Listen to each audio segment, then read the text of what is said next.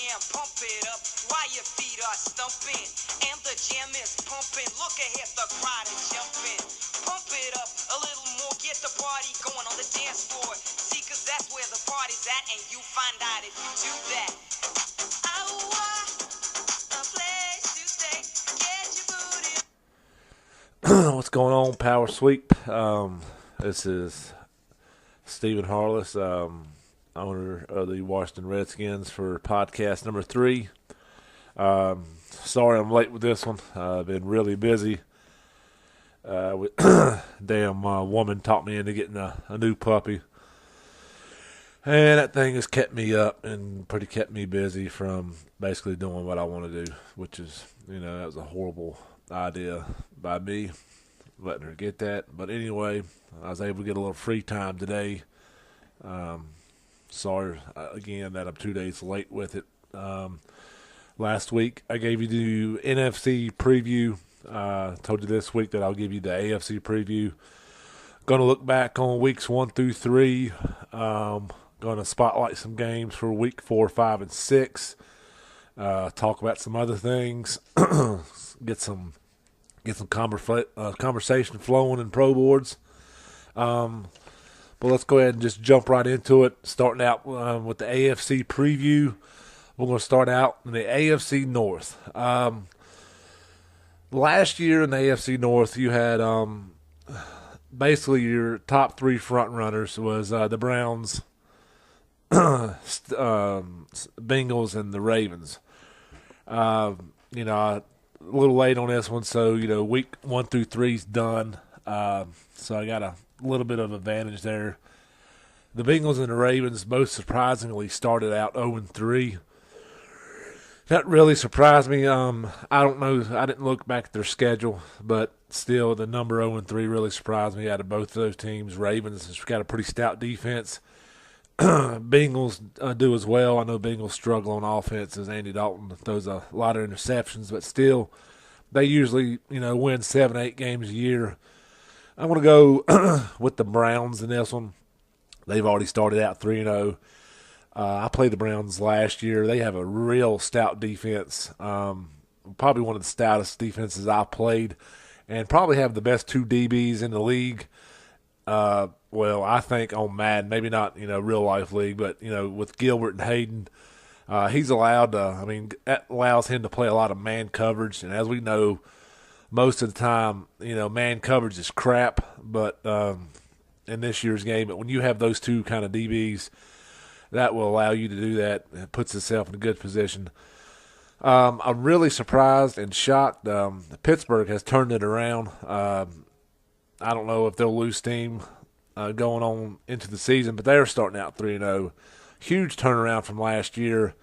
I played them in the preseason, and I was able to beat them pretty handily. That's why I'm surprised.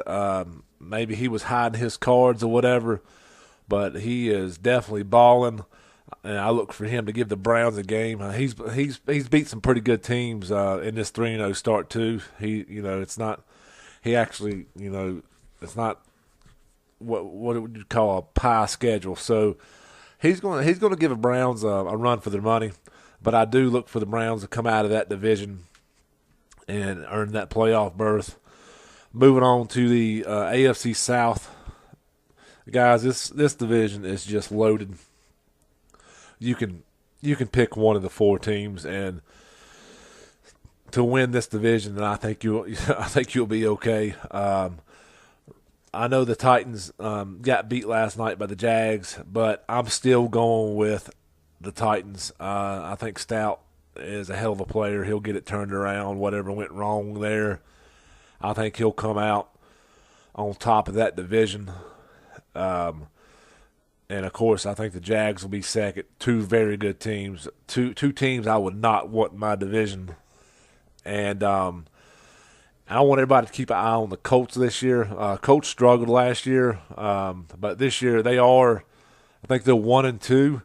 But to be honest with you, they should be 3-0. They were, if it wasn't for some costly mistakes, some poor clock management, the Colts would be sitting at 3-0 right now. They was leading the Jags most of the game, gave up the lead late, I think in the last 20 seconds, and they had the Browns dead to rights as well. But a costly fumble there at the end of the game cost him that game as well. So I look for him to make some noise this year. I don't know if he'll make enough noise to make it to the playoffs, but I expect him to win 8 or 9 games this year, and possibly more if he can get a little Madden luck rolling his way, because he's been on the short end of the stick so far this season. Moving on to the AFC East, you have front runners. I think this year is going to be the Jets and the Bills. I don't want to count out the Pats because they did win the division last year, but that was a weird division last year. The Pats, I think they had a lot of interceptions last year, and they ended up winning their division somehow. Usually, if you don't turn the ball over, you're not going to win games. I think the Pats turned the ball over a lot last year and somehow came on top of that division.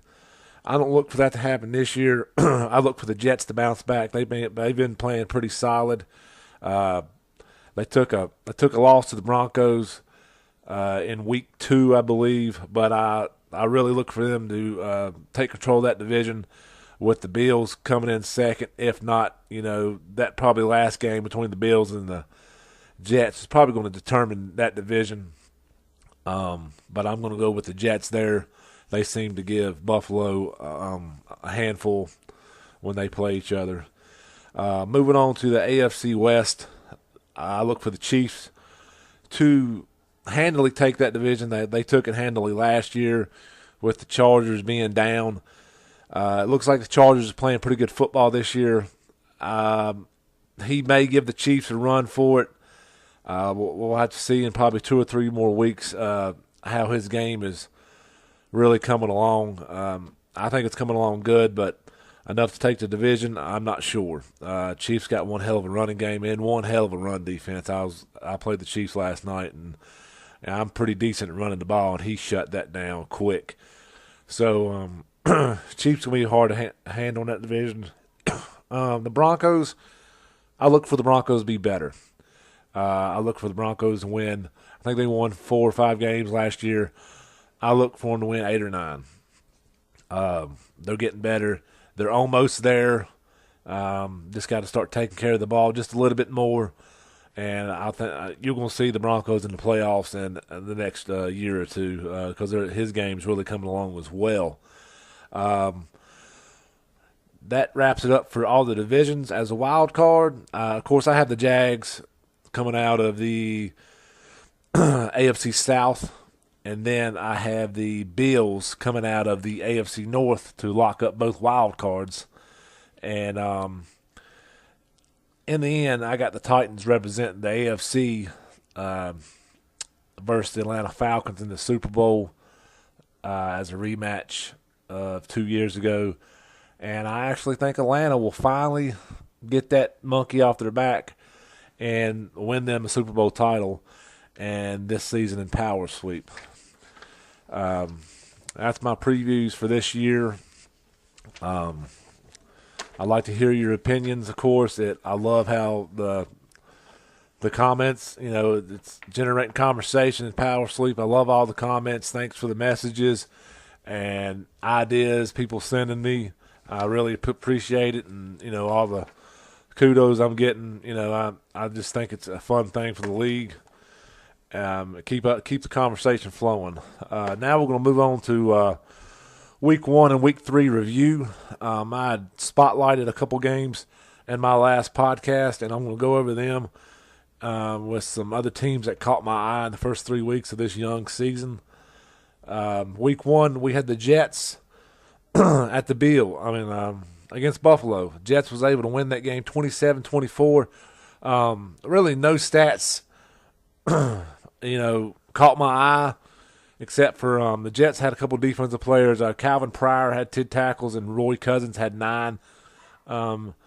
Pretty even game, and really no team turned the ball over excessively too much. Jets was able to come out on top of that one. I also spotlighted Dallas versus the Seattle Seahawks. Dallas was able to win that game 18-10. The Seattle Seahawks actually outgained Dallas, but they lost the turnover battle, and that's huge. Terrell Pryor had 6 picks, and that's crazy, and a QBR rating of 29.8.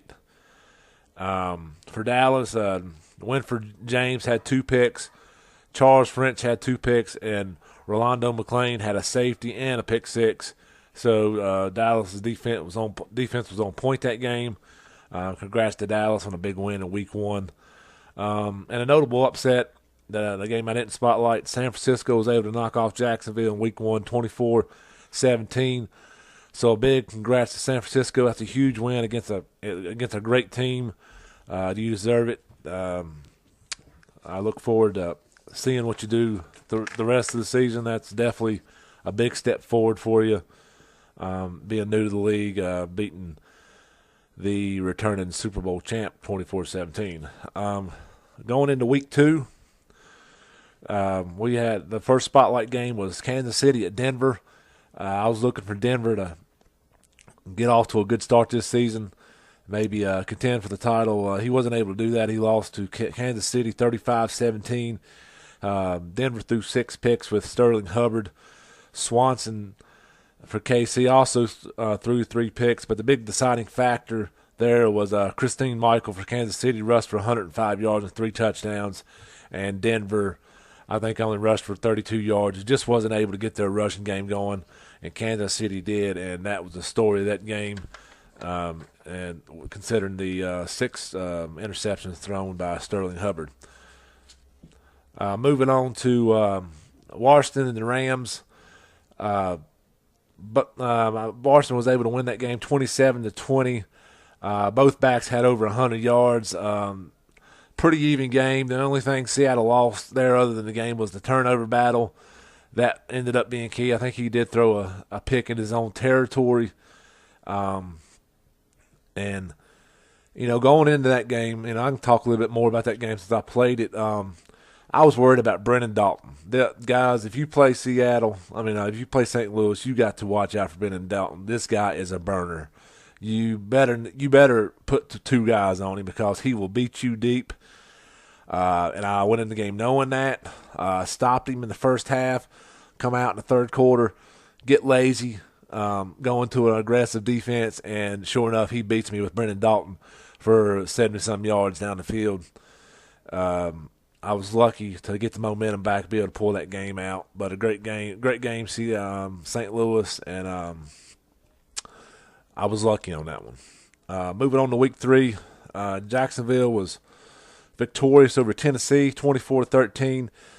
The shocking stat here is Denard Robinson rushed for 181 yards on an unreal stout coached defense by Mr. Stout. I think Stout prides himself in stopping and run. He was one of the top 5 run stoppers last year, and I don't think I saw somebody rush for over 100 yards against him all last season. And for Jacksonville to be able to throw up 181 with Denard Robinson, it's just unreal. So hell of a game, Jacksonville. That's an amazing stat there. I don't think you'll see that the rest of this year. I think Stout will lock it down and get back on the right track. Next game I had St. Louis and Seattle. St. Louis was able to win that game 17-13. Once again, the Hawks won the offensive battle. They won. They had more yards than St. Louis, but they also lost the turnover battle again. That's killing Seattle right now. And once again, Brendan Dalton was able to get loose on a 59-yard touchdown catch. Guys, you got to watch out for this guy. I'd love to acquire him in a trade. By the way. Guy is unreal. I don't know what his speed and acceleration is, but I can't talk more enough about Brendan Dalton. Moving on to the Redskins of Kansas City, another spotlight game. Redskins able to win that 35-15. Story of the game is probably the Redskins' red zone defense. Kansas City was down inside of 20 a lot, and Washington was able to force them to field goals. And that really helped in the long run. Instead of giving up 6, they was only giving up 3. I think Kansas City was only able to get in the end zone once. And they had to settle for 3 field goals inside his 20. RG3 passed for 367 yards and 4 touchdowns. Winford Cold for Washington had 181 yards receiving and 2 touchdowns. The thing I did with Kansas City, I've scouted Kansas City 2 or 3 games, and my take on it is Kansas City's great on defense. You're not going to be able to run the ball on them. He brings up the safeties, the quarterbacks a little bit, so the deep ball is going to be there. You're just going to have to catch him in the right coverage. Kansas City's got a great running game as well, but I knew going into that game I was going to have to stop it. And from what I saw, he's very uncomfortable passing the ball. He don't like to pass the ball over 15 yards. And, all I did was, concentrate on stopping the run. And, when I knew it was a passing situation, I knew the ball wasn't going to go deep. So, I come out and underneath coverage about every coverage I was in, just to stop all that short stuff. Kansas City loves to throw it short, and and I come out underneath coverage almost every single play. Whether it was a cover 3, cover 2 man, zone blitz, man blitz, whatever it may have been, I was still playing underneath coverage to stop all them drags and short slants and stuff like that. Another thing is a big topic on pro boards about this game. I can type all I want, but I'm going to come out here and talk about it. It was minutes something left. I was trying to run out the clock. Kansas City wasn't having none of it, and that's fine. I love that. Playing to the last whistle. And I think I was on my 18-yard line. It was 2nd 11. He was stacking the box. He done burnt one timeout after the first run. He was only down one. Only down 13 points. So he wanted the ball back. Try to get a quick score and maybe have that luck of an onside kick go his way. And you never know. And he's back in this thing. So I saw him stacking the box on 2nd 11, come out in the jumbo package. I had planned on running the ball again, and I saw him selling out to the run. And I caught a hot route. Winford Cole beat the cornerback on a bump and run for an 80-yard touchdown. Some people agree with what I did and some people don't. I'm just trying to tell you my way of thinking is that that I was just trying to seal the game. That's it. It was still a 13-point game. I can understand if I was up in the 20s and he was just calling timeouts, just, play more or whatever. But it was still a ball game. 13 points is still a ball game with a minute and a half. 13 points is still a ball game with 40-some seconds left if you got some timeouts in your pocket. If you're going to be able to get the ball back at a 13-point ball game, it's still a ball game. And that's my way of thinking. Maybe I should have run out of bounds or dived or whatever. But, I just saw it broke loose, and I threw the ball to put it away with a 20-point lead, and that was that. I wasn't trying to be unsportsmanlike. That's not me. That's the last thing I want to do is upset somebody. I wasn't trying to do that. But you go back. Say if I throw that ball and it gets picked off, do you think the people that's mad right now are still mad? Like, oh my gosh, I can't believe Harless was throwing the ball up 13 with a minute and a half left. No, they'd be laughing. Like, oh, what that dumbass! I can't believe he threw the ball. That's funny. He's going to lose. No, they wouldn't have said a thing if it didn't go for 80 yards. But it worked. I think it was a hell of a play call out of a jumbo package to see that he was bumping my receivers, and I'd able to get down the field and put a dagger in the game or nail in the coffin, however you want to call it, and win the ball game. I don't see it as unsportsmanlike or nothing. I could see if the lead was a little bit more. I could see if the lead was 20-plus that I shouldn't have been throwing, I shouldn't have been scoring. I see nothing wrong with throwing the ball deep when he wasn't expecting it, to put the game away soundly and get out of there with a win against a hell of a Kansas City defense. But moving on. I just want to give a shout out to the Giants and Steelers for turning their seasons around. Those guys struggled last year, but both of them are on the right track. Giants, I think, are 2-1 in the division. Steelers are 3-0. Keep up the good work, guys. You're getting there. I've watched a couple of your games. You're playing 10 times better than you was last year, and you definitely opened my eyes. And keep up the good work. And if you win enough games this week, make it interesting to talk about. I plan on talking about the Giants and Steelers next week in the next podcast. By what they're doing different to win games, and just what a surprise they are so far into this early season.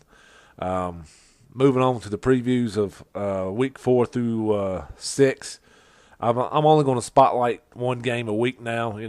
I've done my notes this week, and it was a little bit long. If you have a game that you think should be spotlighted, message me, and I don't have a problem spotlighting it. But just for my own right now, I'm just doing one game a week.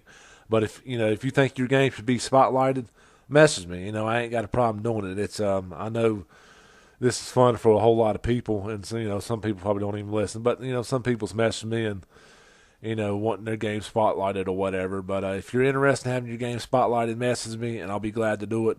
But week 4, we got the Browns versus Titans. Stout trying to get back on, figure some things out after that early season loss against the hell of a damn Browns defense. I think this is definitely going to be a defensive battle. I think the Titans come out on top. The Browns defense is excellent, but their offense is a little bit below average. And I think the Titans Titans defense will take advantage of the Browns offense, force some turnovers, and score some early points, get ahead, and come out on top of that game. Week 5, I got the Chargers and the Jets. Both of them bounce back teams. That's having pretty good damn seasons this year. I'm curious just what happens in this game. Who's the contender and who's the pretender, basically. Chargers versus Jets, that'd be a real good one to watch. And then week 6, I got the Browns and the Bears. That's an interesting game. Bears is playing real good this season, I think. And Browns, like I always said, is a hell of a football team. I want to see how far the Browns has came along since last year to this year. I think the Bears pull that game out. I really do. I think the Bears are playing really good this year. Their defense, I played the Bears last year. Their defense is really good. I think they're getting their offense on track. And that's one in week 6 that I'll definitely be paying attention to. That wraps up, all the games for weeks 4 through 6. I got some messages from some people who want me to talk about something. And I'm going to go ahead and throw my 2 cents in there about the coaches getting fired. This person wanted me to bring it up because he's concerned that, the playoff teams and the Super Bowl winning teams are already losing so much. They're already losing, however many free agents. Everyone knows they're losing a lot if you make the playoffs, and that's fine. I praise the committee for that decision. I didn't think it would be a good one there when it first started, but now looking at how everything's playing out, I think it was a hell of a decision, and I think it's a good decision to lower the free agent tags. I think that's going to work out just fine. But this guy, he's concerned that it's taken sort of the connected franchise out of it if you make people fire the coaches just because they win or lose a Super Bowl. A lot of people's stat nerds. I'm a stat nerd. I love going into the legacy thing and comparing my records to other people's records and looking back on, the awards I won. And I haven't won a conference title yet, but hopefully I will. Just comparing, wins and losses with people. And that takes a lot away from the connected franchise for what? Somebody having the extra scouting point perk and getting some extra scouting points, or somebody getting a little bit more XP that doesn't really cost that much to begin with, that somebody can level that up in a season if they want to. I just don't think the payoff is that big to make somebody fire their coach. And I would love to hear everybody's point of view on it. I really would. But I don't mean to. I'm not knocking the committee by no means at all. I think they've done a hell of a job with the new rules. I mean, I sort of shunned away from it when they first come out. But who likes change? Nobody likes change. I sure as hell don't. But sometimes it's for the best. But I praise the committee for that free agent change. That seems to be a hell of a change, and it's really working out. But let me know your thoughts on this firing coaches. Is it really worth is the payoff that great to where it's worth firing a coach? I don't think so. And a couple people have messaged me, and they don't think so, and they want me to talk about it. But let's hear what you have to say about it. Thanks for tuning in. Hopefully I'll get next week's podcast out on times with review of week 4, 5, and 6 and preview of 7, 8, and 9. And we're going to talk about, hopefully the Steelers and the Giants and maybe some other bounce-back teams. But thanks for listening. Please let me know what you think on Pro Boards. Thank you.